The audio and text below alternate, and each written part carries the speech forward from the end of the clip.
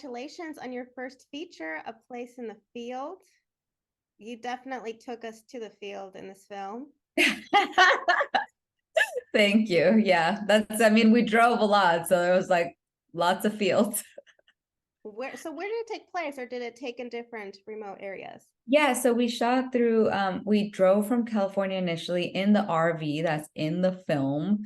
So like our poor little crew was huddled into that RV. But we went to New Mexico. We've shot in Texas, New Mexico, Arizona, and California. That's actually one of the characters because it's part of the transit, and I feel like it was one of the locations where Giovanni kind of started to kind of like open up a little. Yeah. Yeah, we really wanted to use obviously the movie is called The Place in the Field, and that goes to credit to the writers DiPetta, Khorri, Ellis, Bluesmon, Vecchio, and Xochitl Portillo-Moody, who's from New Mexico. So her eye was really helpful in us understanding like the landscapes, and she talks about the vortex, and I never knew what people say about the vortex in New Mexico about healing, you know. So they wrote in all these different landscapes and how Gio's journey would be affected by like the widening of like the as he heals, the widening of what we see on the screen starts to happen because he starts seeing the world as like, oh, a bigger place. Like I actually have a place in this world, you know? There was something about seeing the world in your own terms. Yes.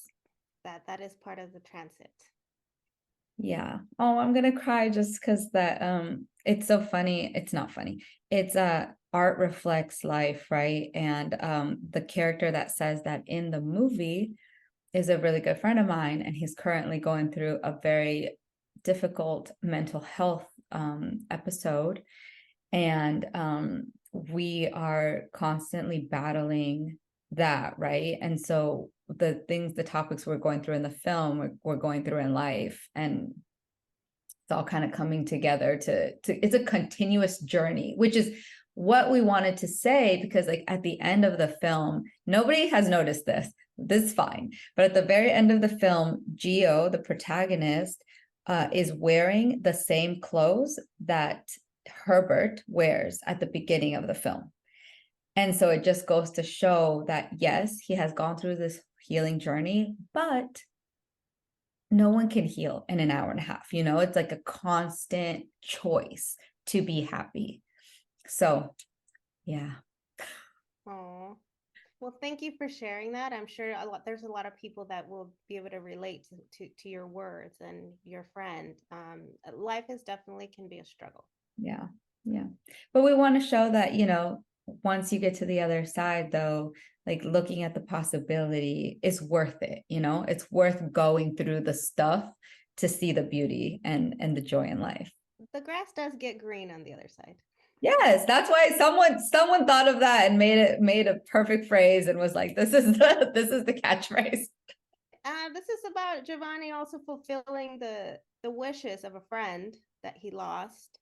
And I love how it kind of when there was a dialogue between that friend, and it says that to take the road trip to see what people are dying for while they're out in the field and in combat, or just surviving for their life. Yeah, I think it's a we worked with several military veterans in this film, and it was just having those conversations about.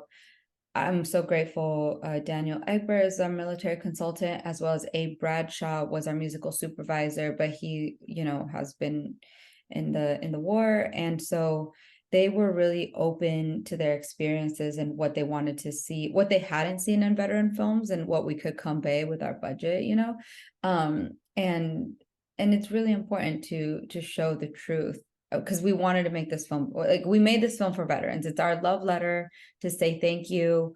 How can we start the conversation? How can we help you on this journey? How can we help your families? Because we don't really look into it, but it's not just veterans that are being affected, but the families as well. It's like the traumas being passed down. And we partnered with a great organization called Folds of Honor that is giving scholarships and providing education to families of whose veterans have been wounded or died in combat. And that was like the biggest mission for us, and I'm so glad that we're able to now start kind of making a little impact in the world. Baby steps. Yeah. And you do take part of the film on screen too. Was that the original plan, or did that just have to happen? That was not the original plan. It had to happen, girl, because there was no other actors and we couldn't repeat actresses, you know? I was like, oh man, this guy. But I'm really proud of it. And actually, it was really cathartic for me too, because nobody was out there in the White Sands. It was like deserted, the most beautiful place, empty. And I think Dawn DiPetta and my production designer were directing me.